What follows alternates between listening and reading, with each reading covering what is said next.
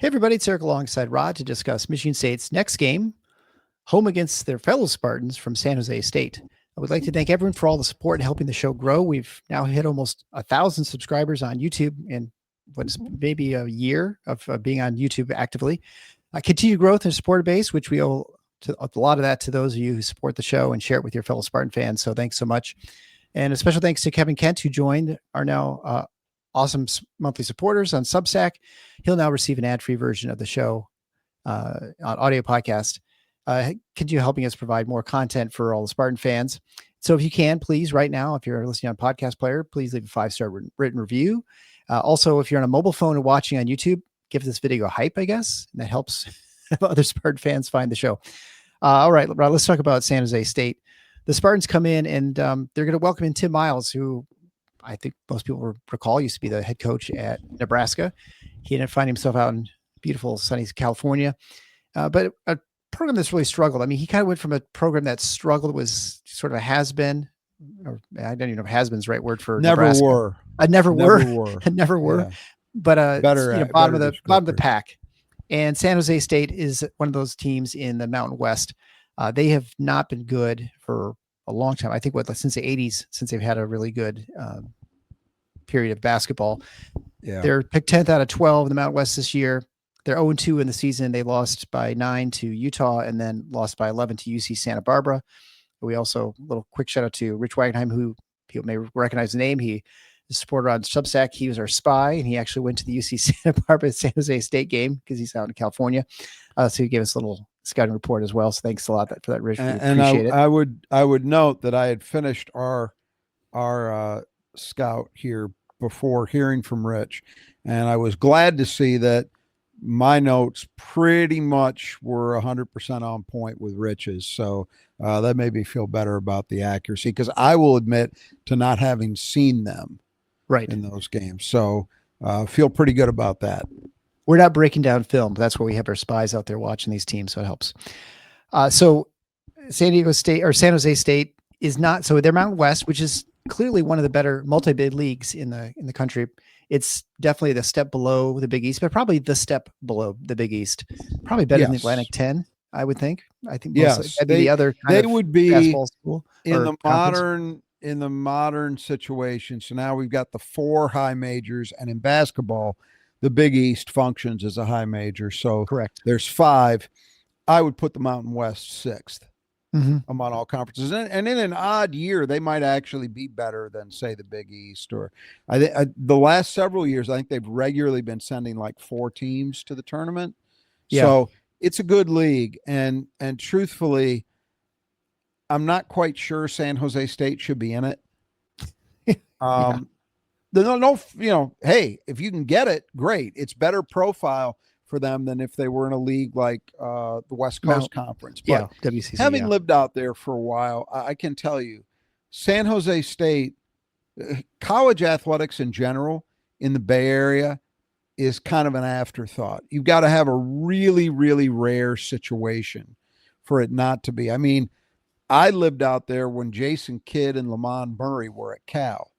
Arguably the best, most talented team Cal has had since Pete Newell, who's also an ex-MSU coach, was coach there. That goes back a long time. And even with arguably the most exciting player in the country that year, Kidd, Cal basketball was, people kind of got a little attention in the media, but it is a pro sports market, period, beginning and end of story. And that's Cal and Stanford that struggle to get attention. Right. Yeah. When you're San Jose State, I would argue that San Jose State probably doesn't, certainly not in San Francisco proper, doesn't necessarily get any more attention than USF, University of San Francisco, does. So it's a tough gig. Yeah. Tim Miles really walked into a tough situation. They are arguably low man on the totem pole in the Mountain West in terms of resources for basketball out of a 12-team league. And his results, frankly, have matched that.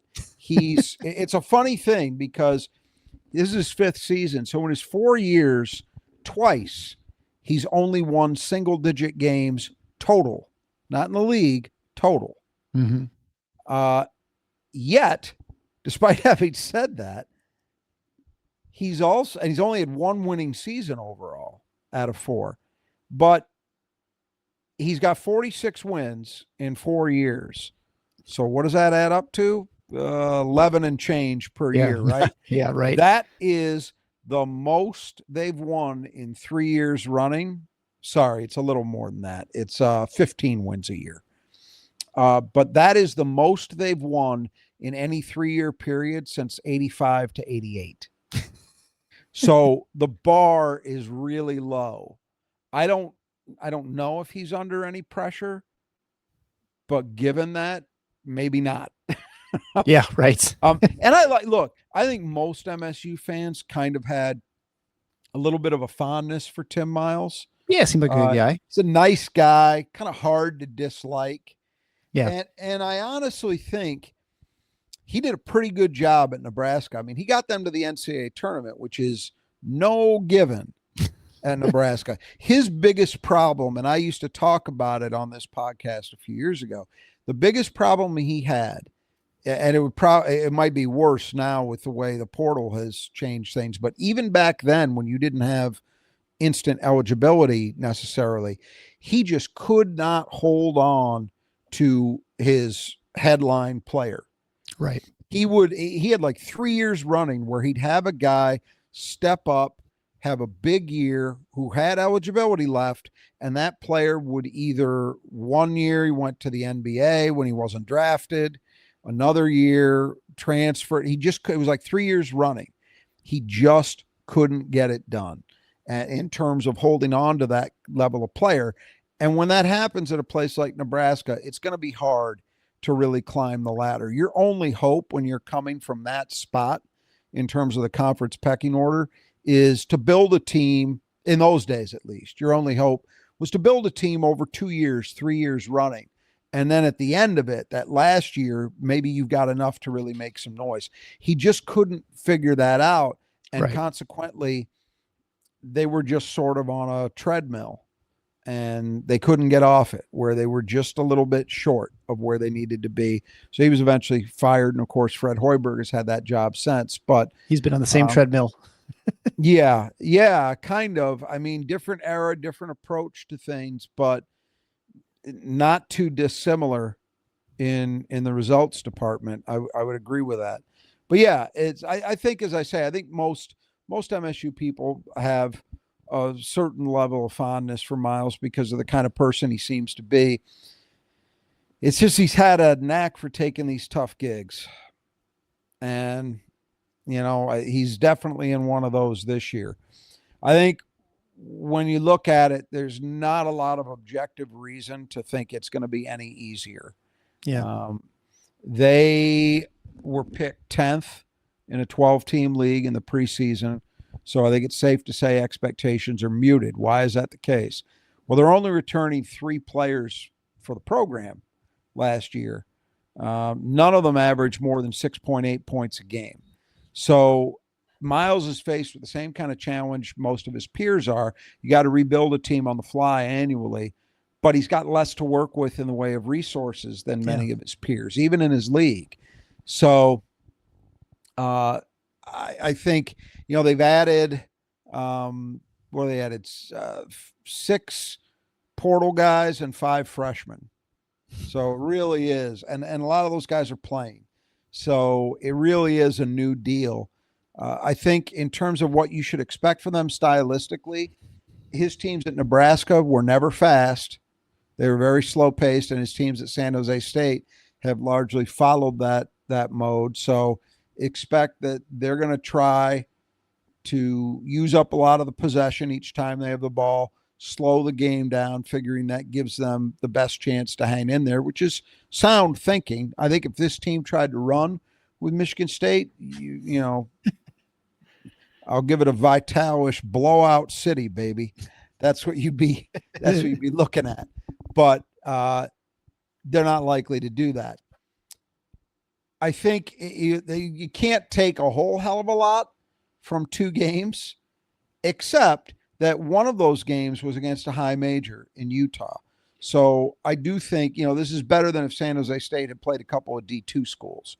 I do Sure. think it tells us a little. In those first two games, they shot twos and rebounded solidly on the offensive end. Those look like strengths, but they've really struggled from three, and they've had massive turnover problems. That's the good news. The bad news is defensively, they have struggled to stop anything opponents have done. They've given up 45% shooting on threes and 60% on twos in these two games. Not good. So as long as you're able to hold on to the ball, and they're not really turning people over either, if you're getting a shot up, you got a pretty good chance of success. And even when you miss, they have not rebounded well defensively at all either. So it's a problem. I'd say the only strength defensively, and in the notes I have it in quotation marks, is that they haven't been especially foul prone. They're like, I don't know, 120, 130th in the country in defensive foul rate. So it's not Bo Ryan, Wisconsin, but it's not a disaster area like most of the other defensive areas are. So it's tough sledding for Tim Miles. That's the short, sweet way of putting it. Sounds like they don't get close enough to foul, which is a problem as well. That could be true. That could be true.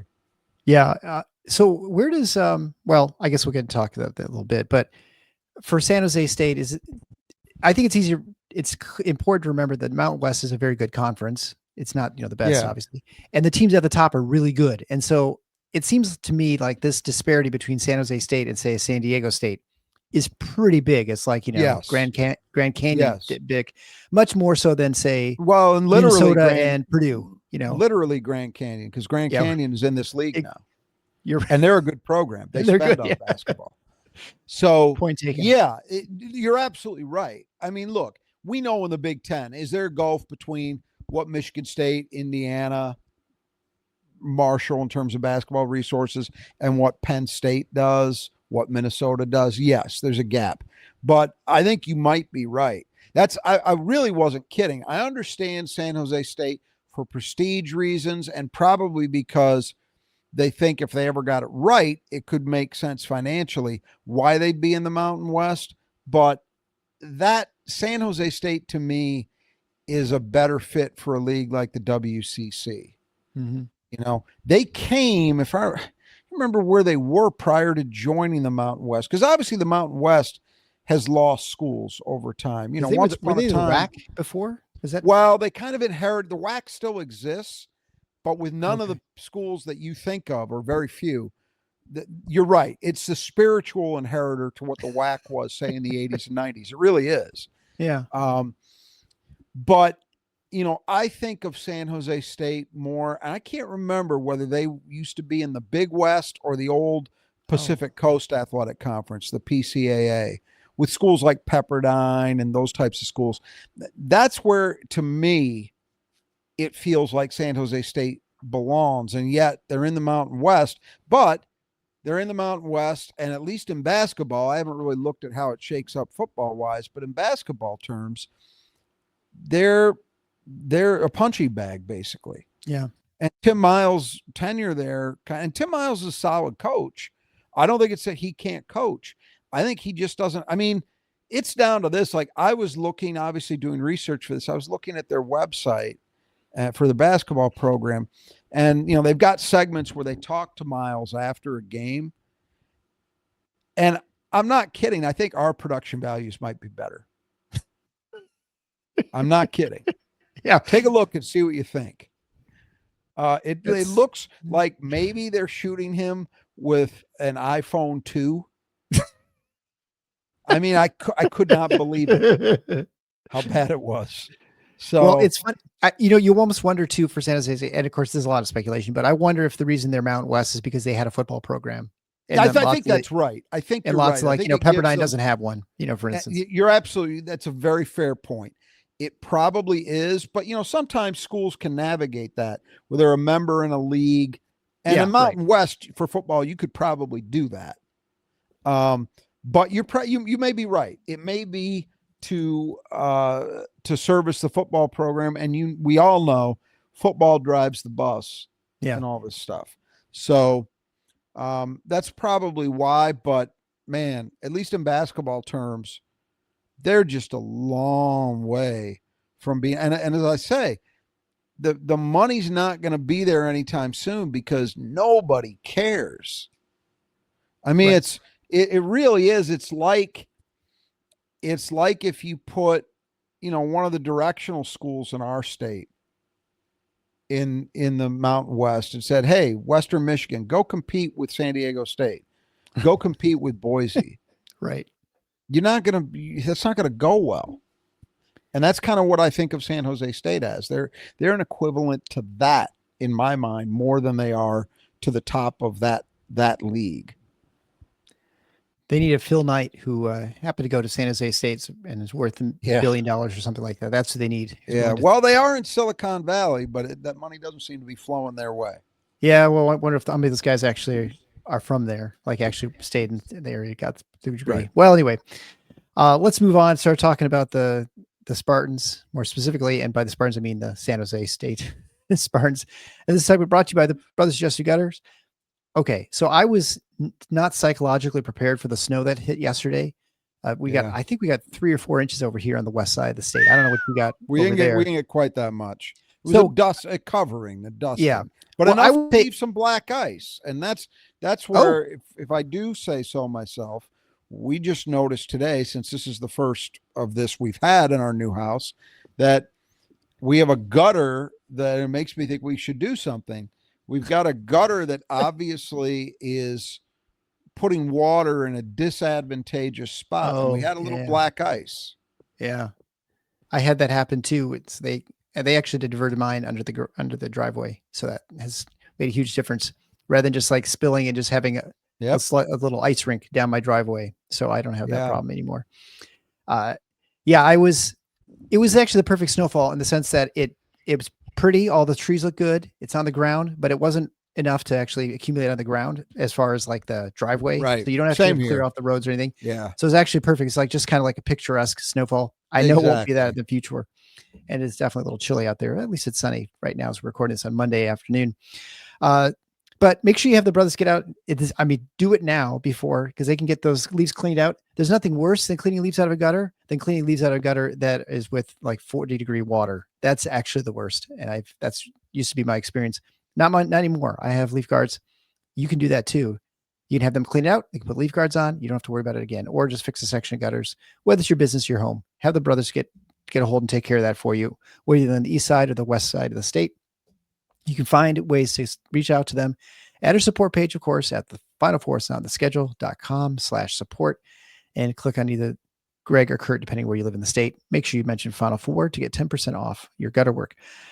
All right. They've sponsored a player that Michigan State keeps in the gutter. We'll begin with the starters, and Kobe Garland, a 6'1" junior. He came from Longwood, which I think isn't where Sapala came from too? It is. And out in Virginia. I think they were teammates. Yeah. Okay. So he's doing really well. He is averaging over 25.5 points a game, shooting 67, 33, and 77, leading the team in assists, gets about 4 a game, 2 turnovers a game. So nice 2-to-1 assist to turnover ratio. He had 12 points a game last year at Longwood. So he's definitely picked it up this year. Yeah, really good started. To go back to what our friend Rich had said in his scout, and it corresponded with what I'm seeing in the numbers. This is obviously a scoring lead guard, but not a guy who's likely to hurt you a lot from 3. Now watch him go 4 for 7. But he's either at Longwood or so far at San Jose State, he's never been a volume 3 shooter. Like, I don't even think he's averaged as much as 2 attempts per game.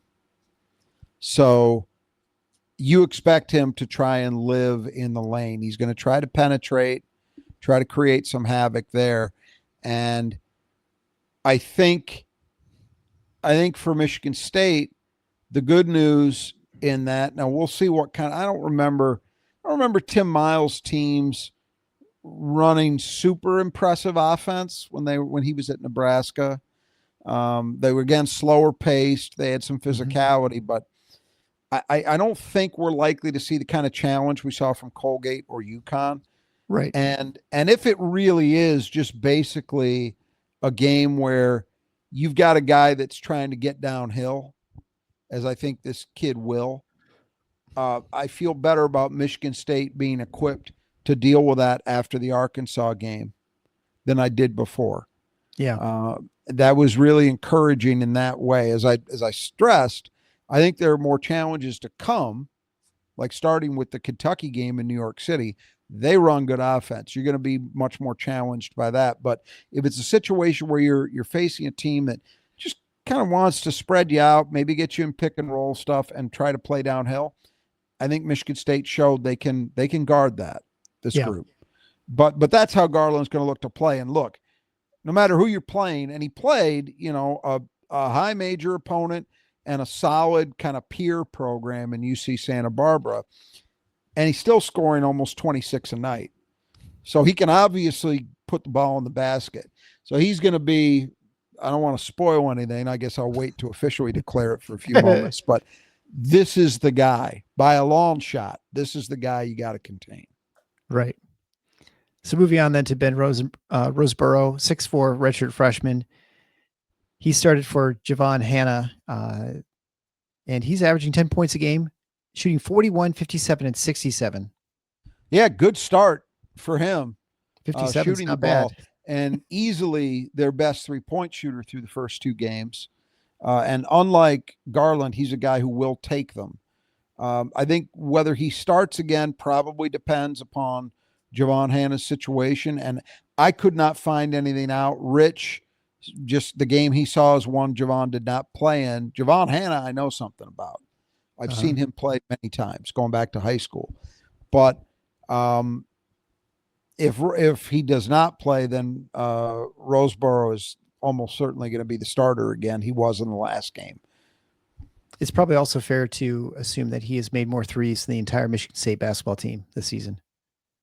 Since I think maybe I'd have to look. What Michigan State's made, like 5 or 6, I think. I mean, they had a few against. Remember, they got off to a 3-for-4 start, I think, against Colgate. I think you're right. I think they hit 6. They were like 6 for. Yeah, so probably not, but he's close. Yeah. Next is Jermaine Washington, 6'1" sophomore. He's a returning player, one of the ones you're talking about. He's averaging 9 points a game, shooting 33, 20, and 100. Yeah, not encouraging shooting numbers in the early going, obviously, and a smaller player. So again, this is a small backcourt, 6'1", 6'1", 6'4". That's not a lot of size. He's also probably the closest thing to a backup point guard on the roster, but he's not really a natural at that spot. They definitely take a hit when Garland isn't on the floor. Next, we have Adrian Myers, who's playing the 4. He's 6'6", 210. Redshirt sophomore, averaging 2.5 points a game and 2.5 rebounds a game. Came from Mississippi State. Yeah, and so that's always, I think, a good thing for schools like San Jose State to have a high major guy with high major experience, even if it was limited. Myers clearly didn't play very much at Mississippi State. He's starting at the moment for this team. Not a lot of production thus far. I think the bigger concern for them in this game is that you look at the matchup that he's going to face at that spot. So you're going to start against Jackson Kohler. You're probably going to see a lot of Cam Ward, and you might even see some Cohen Carr. None of those are favorable physical matchups for Myers. Right. So he's, the only way this would play well for them is if he had some kind of element that might be able to counter some of that, like he was an effective 3-point shooter. He was a stretch threat. No signs of that. Yeah. Well, and then finally rounding out the 5 is Cedric Nanya, 6'10", 220 pounds transfer from Seton Hall, averaging 5.5 points a game and 4 rebounds a game, shooting 44, 50, and 100. NGA, not quite sure how to pronounce that. I don't know if you have any idea. I think it's pretty good. Pretty good attempt. The 50% from 3 you shouldn't take seriously. That's 1 for 2. But look, he gives him some legitimate size, right? We talked about how Colgate was a little undersized, but actually had some decent, for a program at their level, brought some decent size to the table, as did Bowling Green in the exhibition season. Right. This team does not have that. They really need this guy just to provide any kind of legit length. And the fact that he's played in the Big East probably helps a little bit too. Then moving on to reserves, we have Yafet Modi, 6'8", 240 pounds, senior transfer from Iona. He's averaging 7 points a game and 8.5 rebounds a game, just coming off the bench playing a little over 19 minutes a game, shooting 45% from the floor and 100% perfect from the free throw line. Yeah, and I think Rich mentioned, and the stats tell the story too, that Moody was by far the most physical presence they had, and he's easily their leading rebounder, so it all tracks.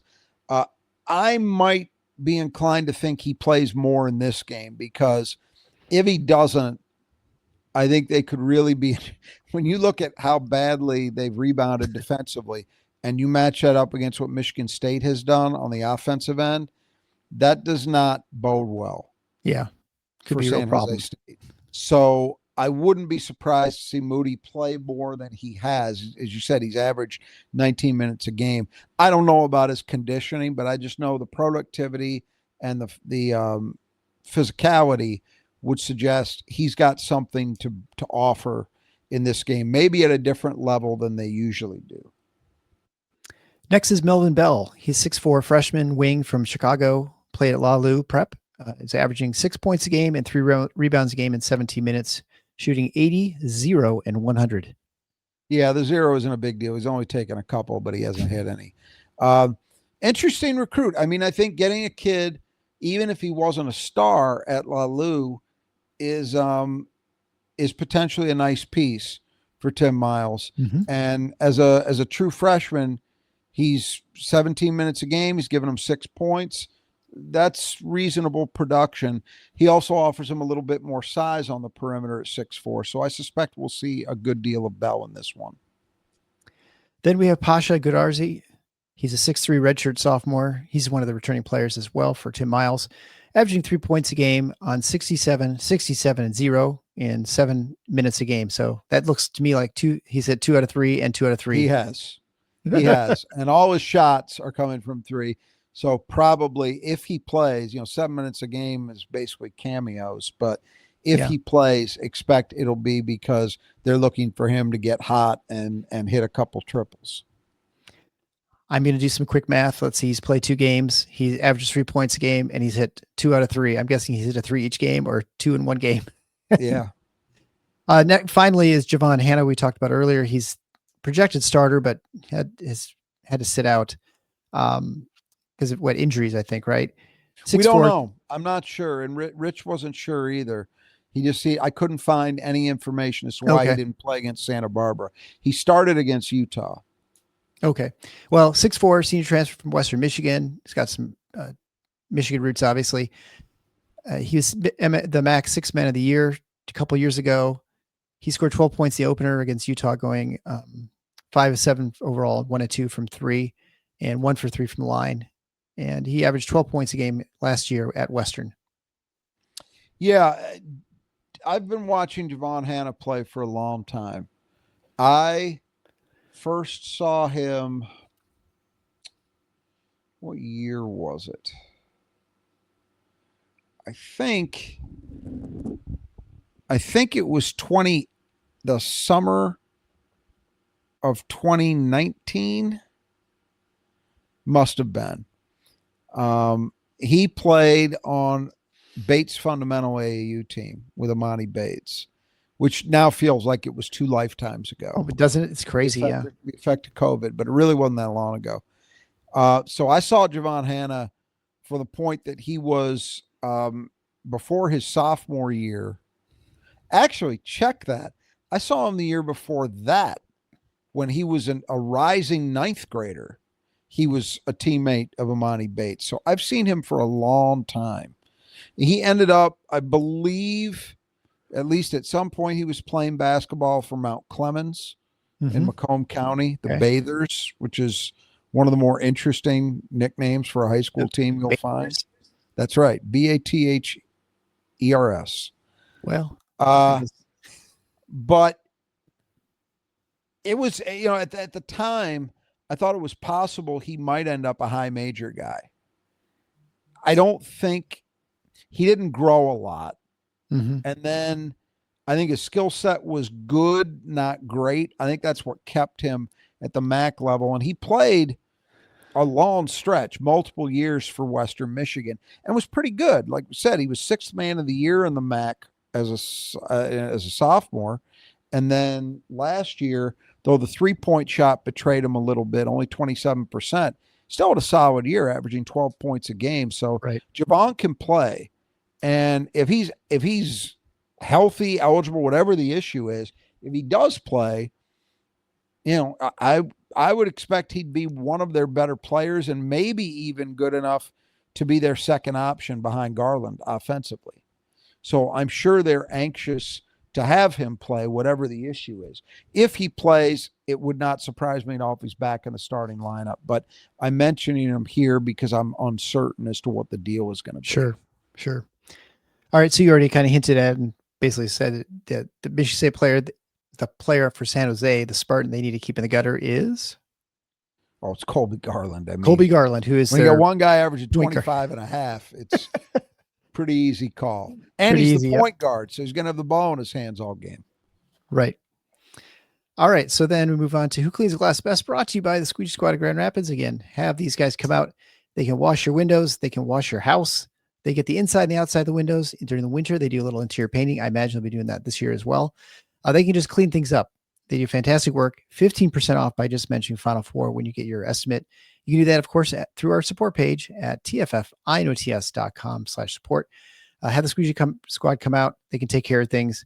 I know Rod wishes they did because he has windows, 17-foot windows? Yeah, you're not going to ever reach those. Yeah, they get up probably at the peak, yeah.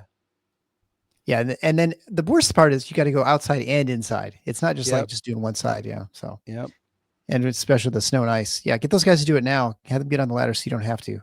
So, all right. So Who Cleans Glass Best?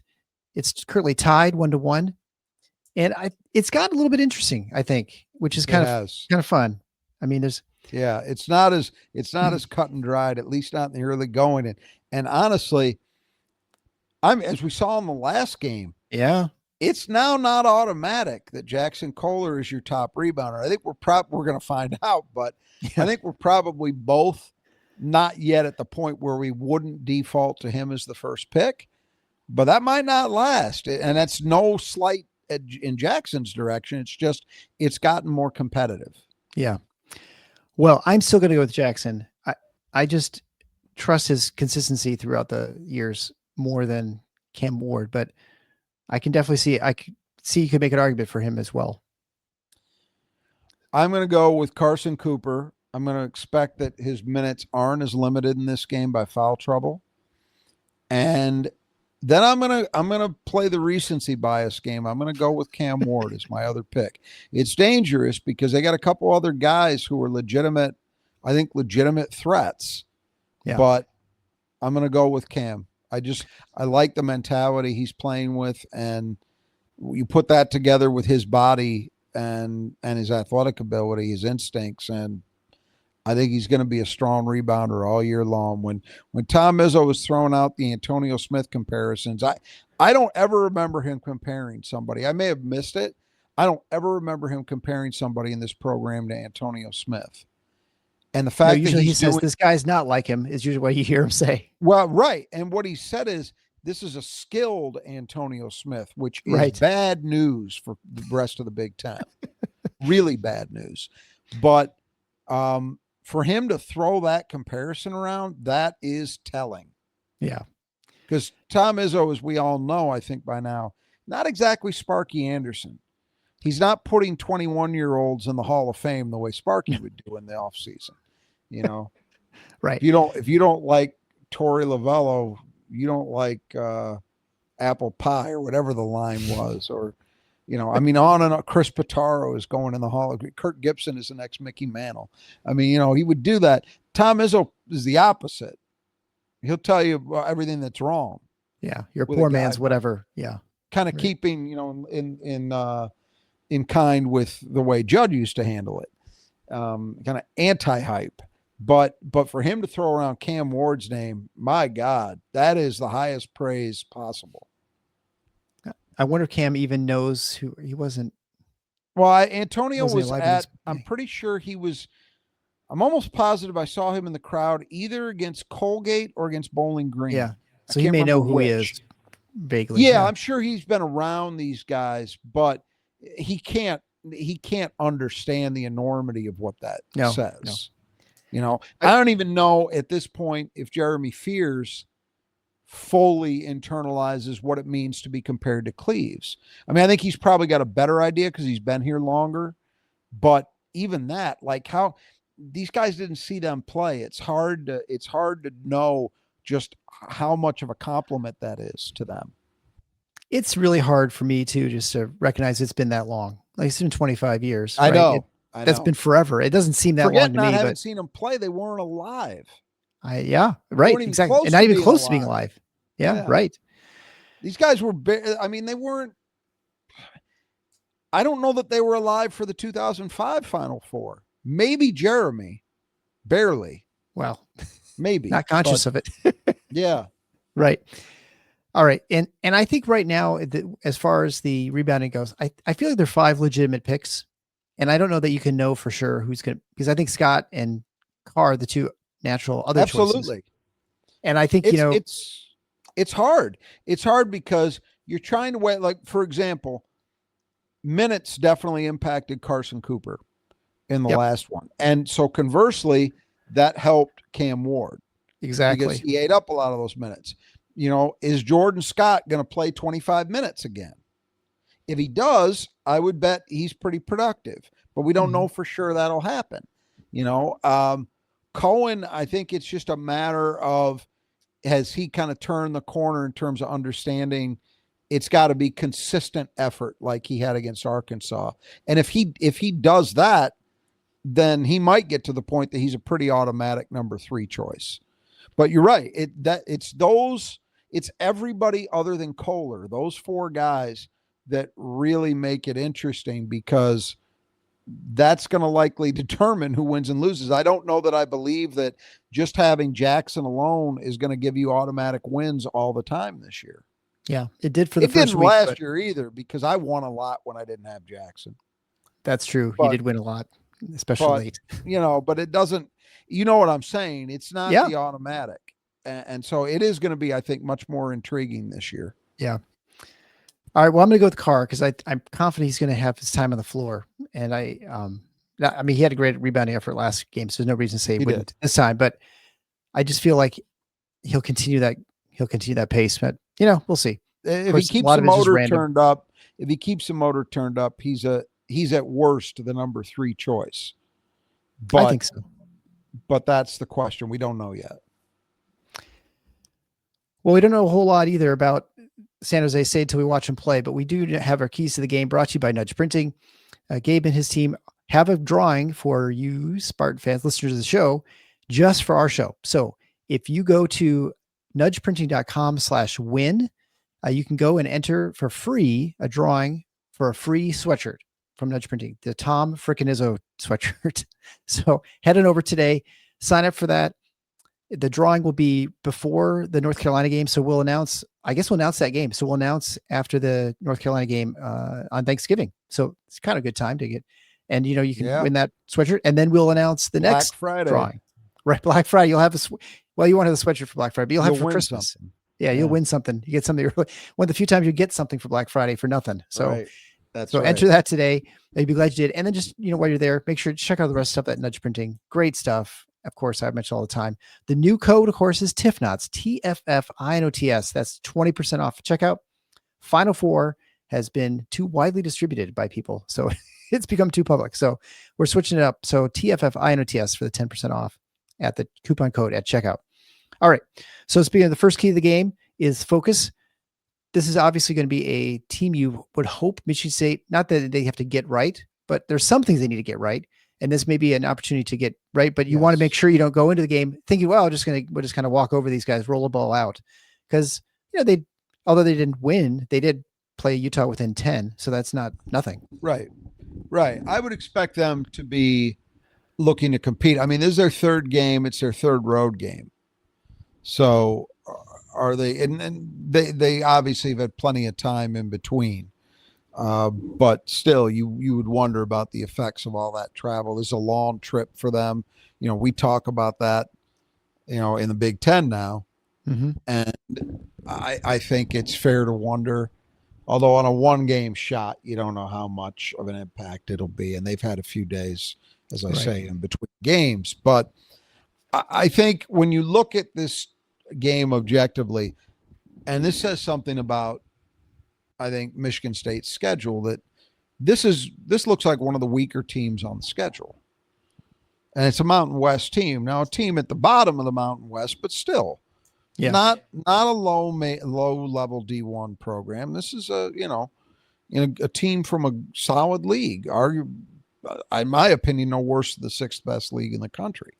So that says something about the schedule, but it also is true that on paper, this looks like one of the weaker opponents MSU is going to see. But that doesn't mean that you can afford to coast. You know, what you want to do, you're coming off a feel-good performance against Arkansas. Not a perfect performance, but one which I think everybody had to feel really good about that game in totality. Yeah. And so what do you do with that kind of situation? Do you fritter that away by coming out and playing unfocused, lackadaisical basketball, or do you build on it? And hopefully MSU is going to build on it. As you say, there's some things Michigan State does need to work on. It was not a perfect game by any stretch against Arkansas. And so hopefully this game is going to give them an opportunity to do some of that. But that only works if the focus is good enough that you've got enough of a working margin that you can afford to give Divine Ugachukwu, maybe 5 extra minutes at the point, because the game is comfortable enough that you can get away with that. You can let him make a mistake or two and learn from it, that you could do those types of things. But that only works, as I say, if you're focused enough to get out to a spot where you control the game. Exactly. Yeah, exactly. So then the second key to the game is the glass. This is a place that Michigan State has obviously been dominant, especially in the offensive end of the side of the ball. The defensive side, I think Michigan State has been good, not dominating. Well, they certainly were against Colgate, I guess I should say that. I'm just thinking back the other two games against Bowling Green, and they're solid. They're nationally, for whatever it's worth after a week. I think they're in the top 50 or thereabouts in defensive rebounding rate. Most of that based on the Colgate game. You're right, because Arkansas kind of did a bit of a number on them. But they're going to do a number. They're going to do a number on a lot of teams. I'm not. Yeah, just like you'd expect Michigan State to do a number on a lot of teams from the offensive as well. The more surprising thing to me is somehow Michigan State is only 12th in offensive rebounding. When I went to look at it, I seriously thought they were going to be number 1. Yeah, but there's so many disparities playing these games early in the season, right? You can go and just tattoo. I think two if teams. You have, and the rebounding rate. So on KenPom, that's not adjusted. That's just a raw percentage, right? If it was adjusted for level of opponent, I think this would look a lot better because, again, Colgate, they did a very good job. And Colgate traditionally has been a solid defensive rebounding team. They emphasize that. They don't rebound offensively at all, but they're typically a top 100-ish team in defensive rebounding. And MSU did a nice job against them, and then MSU just drilled Arkansas. Yeah. So we see the equation here. It's kind of a muted Arkansas kind of equation. San Jose State they're in the top 100 in offensive rebounding rate. So they've been solid. So MSU is going to have a little bit of a challenge, even despite San Jose State not having much size. You got to go into this one treating it seriously to shut that down. Yep. At the other end, you would expect to be able to create havoc. And they should. If they're not, that's a problem. All right. The third key to the game is the one that provides a lot of consternation for a lot of Michigan State fans. This is the threes. The three shooting has been, I don't know what adjective to use, but not good, whatever you want to use. And it's something that I don't think we thought they'd be this bad. They've obviously been just terrible so far. So this is a team that can't defend the three. So something's got to give, and hopefully it's in Michigan State's favor. Well, it suggests that San Jose State's probably giving up pretty high quality looks.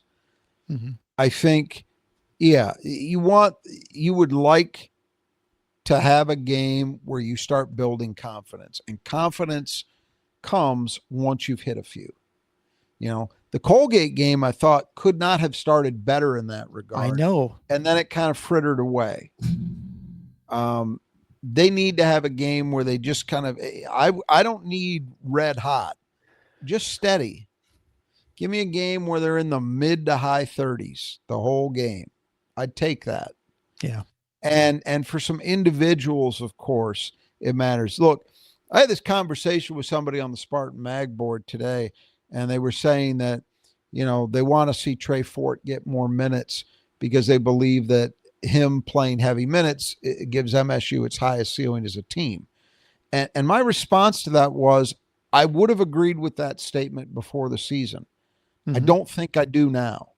Yeah. From what I've already seen, because it's stuff that shouldn't go away, Jordan Scott is ready in all the grit areas that were question marks. Is he going to be strong enough? Does he understand how hard he has to play? These are normal things that freshmen face at Michigan State. He's answered those questions to me. So now it becomes about, does he do the thing that everybody agreed was his strength? Tom Izzo talked about it in the postgame at Arkansas, where he said, don't forget, that's been his strength, is shooting. So if that comes around, and he hasn't had a ton of attempts yet, it's not like he's got an 0 for 10 millstone hanging around his neck. But yeah.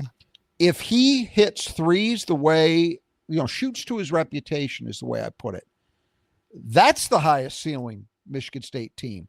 Because you're talking about a 6'7", 6'8" wing. He's 3 or 4 inches taller than Trey Fort. He's not the athlete Trey Fort is, but I don't care. A Jordan Scott who could shoot even in the mid-30s from three and with decent volume, I don't mean like 7 attempts a game, but decent volume, that's Michigan State's highest ceiling, I believe, right now, because of the other things that he provides you with. But it would be nice to see him get going. It would be nice to see Fears hit a couple. Kohler, all these guys. Truthfully, the only guy who's looked semi-okay is Trey Fort. Yeah. He's the only one. But you also saw in that Arkansas game, the first 3 he took was so bad that Izzo did something he rarely does, which is pull a guy for shot selection. Yeah. And he rarely does it because he rarely has to do it. Michigan State typically doesn't have that issue with guys taking bad shots, but that was a total mid-major chuck kind of shot. And that can't happen. Trey's got to learn, and I think he will, but he's got to learn to play within the flow of what Michigan State's offense provides you. And if he does that, I think he can be very good. I am confident with him as a shooter, but we got to get some other guys into the act. All right. So the fourth key to the game is transition game. Obviously, it's always important for Michigan State to get easy buckets.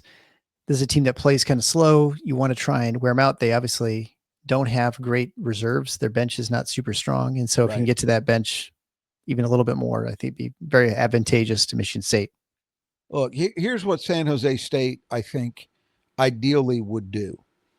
Play a very slow-paced game where they're able to let their offensive rebounding help out as well, getting second chances, but also just slowing down Michigan State's transition game that way. And then it's just a matter of, getting back after made baskets. Yeah. Getting back after clean defensive rebounds. Tim Miles is better equipped than most guys in the non-conference to deal with this because he's seen it a bunch. But as we always talk about, it's one thing for a coach to say it and to have seen it and understand what has to happen. It's another thing for guys who have never dealt with it to suddenly be confronted by that green and white freight train coming at you 94 feet. And I would expect for Michigan State, yes, I want to see the production where we'd like to see it, which is, minimum 14, 15 a game. That's last year. Last year, they averaged over 14 points a game in transition. Mm-hmm. That's the minimum acceptable number, right? Because it's a non-conference opponent. You figure your numbers need to be a little better than that if you want to average 14, because the Big Ten is going to generally do a better job at slowing you down some. But the more important thing is just keeping the habits established. And one key thing here I mentioned Hopefully we're in a situation where they can get Ugochukwu a little more time at the point. Right. This is part of that. Yeah. Get him time at the point, running the break, so he is able to learn what level of intent you've got to have at that position, that you've got to be going every possession. That's one thing I think is an advantage for Jeremy this season. Just having him on the team, one of many, but I think he's less likely to get sucked into a slow game. Like I think we've seen this from Michigan State teams in the past, even when teams don't apply pressure in the backcourt to slow down the break, they can get kind of you can get lulled into sleep by just having a slow pace. And you've said it many times that slow teams can dictate the pace much more than a fast team can dictate the pace. But I still feel like he'll be less like drawn in and sucked into a slow pace game, or accepting it, I guess maybe is a better way of putting it. That's it. Because the thing is, are you going to be able to get transition opportunities every time you want them? No, of course not. And especially against a team that's hell bent on limiting you. You know, think about those old Bo Ryan Wisconsin teams and what they would do. You know, and it is easier for teams that want a slow pace to control a game than it is the other way, in my opinion. Unless you're willing to just full court press, which not many people do these days for good reason. Certainly not the Big Ten level. But I think it's still important to try every possession. If the worst thing that happens is you're getting into your half court set quicker, fine. Yeah, that's great. But you got to be probing. You've got to be applying that pressure. Because here's the other thing. Even if a team is executing their floor balance at a high level, if they're under constant pressure to have to do that and to not be relaxed, that can pay dividends. You wear people down over the course of 40 minutes. You know, Michigan State survived that game against Arkansas, but it wasn't easy because guys like Fears and Kohler that had to play major minutes against a team that wanted to play physically, wanted to play fast, that takes its toll. And I think Arkansas on the other side, some of those missed shots late, probably some fatigue in that. So you want to take the maximum amount of physical and mental toll you can on an opponent with your transition game if you're MSU, even if you're not scoring a lot off it. It still pays dividends. Yeah, game pressure is so important. I mean, you watch a huge disparity in pitchers in baseball, right? Where you have a base runner on versus not a base runner on. It totally changes their ability to throw strikes. Quarterbacks who are, they're seeing ghosts because they've got guys in their face all the time. You know, pressure is a huge advantage. If you can apply that, make the other guy feel it, you're way ahead of the game. All right, so the fifth and final key to the game is defensive momentum. Michigan State obviously had a good defensive performance against Arkansas, and you'd like for them to kind of keep that up, especially going into the Champions Classic against a team that's going to really stress them. I think that's it. I just want to see continuity of the good things from Arkansas, and obviously you want to see some improvement in the areas they struggled. But the defense, which I was not real happy with in either of the exhibition games or much of the Colgate game, frankly, was markedly better. Now, again, I've said this a few times. I think Arkansas presented an easier challenge for Michigan State than, for example, what they're going to face with Kentucky. Right. And it's not just personnel. It's stuff. It's system. It's what they challenge you with, how much mental energy you have to expend to stay with them. And so I don't expect San Jose State to exact a huge toll on MSU that way. And they don't have nearly the kind of talent and physical tools that Arkansas presented Michigan State with to have to deal with. But you just want to see continuity of defensive execution and guys squaring up properly, providing proper help, the spacing's right for that gap control. They just did a great job walling off Arkansas's penetration. San Jose State's not nearly Arkansas, but they do have a guard who can do that. in Garland. So that's going to present a challenge. How does MSU handle it? Because we know Jeremy's reliable and Jeremy's going to guard that kid, but it's not just about Jeremy. Carson Cooper's got to be on point. Cam Ward, Jackson Kohler, all those guys, Carr, they've all got to, Trey Fort, they got to be on point. Yeah. I mean, we see that when you have a breakdown one person, it's going to affect the entire domino chain effect. Yep. Yeah. And so as much as you can get angry about one guy who makes a mistake, it looks like it's a mistake. It actually may have been three passes before where it really broke down and that caused the easy layup or something like that. All right. So looking forward to this game, one question, I'm not sure if you have any idea. Most of the time with these non-conference games, there seems to be some sort of, not theme, but connection with Michigan State and why they're playing. Maybe it's a sibling is on the other team. We've seen that before. Like I remember Isaiah Delman's brother was on a team. They brought that team in. Or Wofford, yeah. Yeah, a new assistant coach is now the head coach somewhere else. We're seeing that with UD Mercy, although that's kind of like a traditional game that's being brought back. But anyway, is it just because of the relationship between Izzo and Miles, do you think, or is there any other sort of connection with San Jose State that would bring them out? I don't know of any San Jose State connection. I would, off the top it's not of because my head, of Hannah, right? I wouldn't think. No. Because he was at Western, Dwayne Stevens. Yeah, I don't know. I don't think so. No. I would think it's probably Tim Miles. And maybe Tim Miles wanted a bye game. Help saying that we talked about their resources, Right. Maybe it's that. And, for Tom Izzo, it's actually a good challenge because you're playing a team from a good league, but it's not San Diego State coming in here where you'd say, boy, this is a big game, So it kind of is the best of both worlds. And here's the other thing. This just occurs to me. It might be true that because San Jose State plays in the Mountain West, that you don't, even if you win in a walk, you're not getting dinged as much as you would in terms of strength of schedule. You know what I mean? Yeah. So for analytics purposes, I'm looking it up right now. And also, your margin of victory doesn't have to be 35 points to get maximum credit for that win. I want to see where they're at.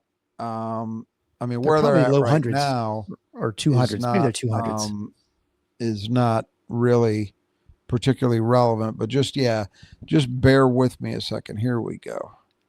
All right, so we'll get San Jose State. So San Jose State at the moment is 168. Oh, that's higher than I would have expected. Okay, it's not. Yeah, but I'm going back. Last year, a 15-20 team that was sub 500 in the league ended up at 169. Yeah. Okay. Now the year before that was rough. They were 9-23. They ended up 248. The year before that, his second year, they were 97th. Okay. And then his first year, they were real bad, 288. So I think the hope is that you're getting a team you should handle, but who's not going to penalize you. It's not going to help you beating them, but they're not going to penalize you for playing them. Some of these teams and it's a safer bet. If you're taking a Mountain West team that you're betting is not going to be at the top of that league, that's a much safer play than just playing somebody randomly from, say, the Big West for another league out in that part of the country, or the Southland, where you could be getting absolute cannon fodder, and with metrics to reflect that. Yeah. So that might be part of it too. But it's, you look at it, when I look at Michigan State this year, it's it has to be one of the weaker teams on the slate. I mean, as I'm going through, I would think Detroit would be the lowest, but maybe not. Probably. Of course, that presents its own challenges because it's an in-state game, you know, and right, exactly. But if you look at it, okay, so you got Kentucky, then next Detroit Mercy. East Carolina right now is right around the same territory as San Jose State. Okay. And then you've got Toledo Oakland and Cornell. Toledo is 214. Wow. That's a good program. Typically, I'm a little surprised by that. But you do have, this is one of the worst teams MSU is going to face. I think Oakland's better than this team. Cornell might be. I think I would bet, despite what Ken Palm says right now, I would bet Toledo being a little tougher. It's basically U of D or East Carolina. Yeah. So this is a game that you expect to win. You expect to have an opportunity to maybe do some things you want to get done in terms of getting guys extended playing time who wouldn't otherwise get it in a tighter game, but yet you're not taking the hit. Yeah. I mean, this is actually really, you've got, if you use Ken Palm as a barometer here, and it's early, so that's risky to take too much from it, but you really only got one of those games. You got one game against a sub 300 team. That's U of D. And only two games against a sub 200 team. Toledo's at 214, and then of course U of D at 316. So that's pretty good. That sets Michigan State up to really be getting the benefit of the doubt with its schedule. And the final note on that, it's really early. There's a ton can change. We got a lot of teams that haven't really seen anybody yet, but I think the Big Ten's off to a pretty good start. I watched Indiana yesterday just dismantle Marquette. Now I think Marquette is way down from where they've been. They've lost a lot of guys who were good for them the last 2-3 years, and they're kind of reinventing it a little bit. But IU looked good. Totally different deal than what we've gotten used to seeing, really, even before Woodson. It's a coherent offense. And so, but beating a Big East opponent, that's a positive. Michigan State beating Arkansas. It's early, but it's the best win the league has thus far. Right. And so I think all of this stuff plays well for MSU because they're going to take losses. We know that. But you want to be in a position where you're getting the benefit of the scheduling doubt in terms of its impact on where you might be come seed time. Right. We get Dom back in late February or early March. That we're having, I'm not going to be surprised if we're having that conversation that, boy, the schedule that MSU played really helped, in part because they just didn't play many tomato cans. Right. Yeah, absolutely. And which reminds me, as you may have noticed if you're on the audio podcast or even if you're on subscribe on YouTube, that we do have the bracketology updates. We're doing those weekly with Dom. So throughout the season, we'll kind of answer questions. Please, if you have any questions for Dom or for me for that show, send it over to Bracket Dom at Bracket Dom on X. You can watch those as well on YouTube and X. And then again, make sure you enter the Beat Rod contest. The deadline is December 2nd, I believe, when Michigan State plays Iowa. So you got in before then. So you have another couple weeks to watch other teams play. The final standings for the Big Ten, 1 through 18. Send them to me, Eric at TFFINOTS. And also make sure that you have the amount of points Michigan State scores against Michigan as a tiebreaker. Everybody seems to forget this. And also have your name in there too, so I know who you are. Not just like x25@gmail.com. I need to have some name associated with your email address. So get those along to me, free to enter, obviously, and then prizes from Nudge Printing. And of course, go to nudgeprinting.com/win to enter for the free drawing for the sweatshirt. All right. So we will be live after the San Jose State game. As a reminder, too, that game is early. It's a 6:30 game. So we should be here 9-ish. Kind of depends how long it takes me to get home. Is that right? 9? Yeah. Yep. Or maybe 9. No, more like 10 probably, right?